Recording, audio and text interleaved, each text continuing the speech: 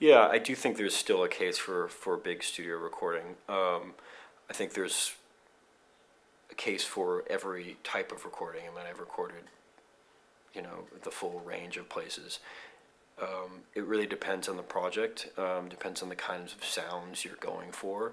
I mean, more and more the home studios the gear is catching up where you don't necessarily need the big studio. But there is something to going into a place where you want to move to a different part of the room, and they have the incredible arsenal of microphones and tools that you can use. And if you're working with an engineer who knows the gear in the room, you can really, if you want to try stuff out, you can.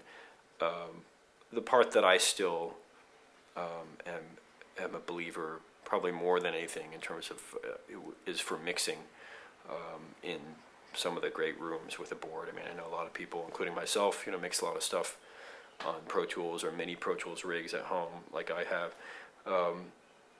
and you gain time to tweak, and you gain the ability to wake up in the middle of the night and change one thing.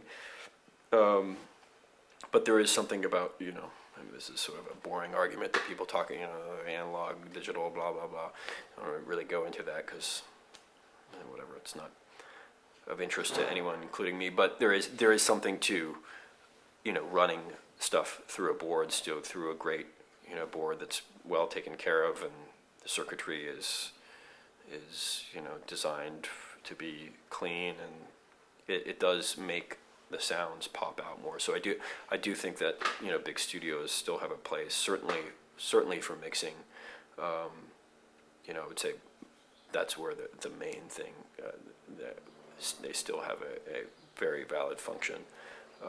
So to people who are recording on a budget, I'm definitely a fan of splitting up portions of the process. Knowing when this is where the sort of allocation of resources thing comes in. But do you record, go into a big studio and record your drum? This is a fairly common thing. Go and record your drums and then take it home and tweak, get some crazy guitar sounds, work on sculpting the thing together, and then maybe record vocals with a great microphone somewhere. And so you can split it up that way, so that your budgets aren't crazy. Where you're doing things where you're making use of the big studio and doing things that you can't do at home, or can't do in home studios, or can't do as well, but then keeping your budget in control by doing stuff you can do cheaply. Do it cheaply. So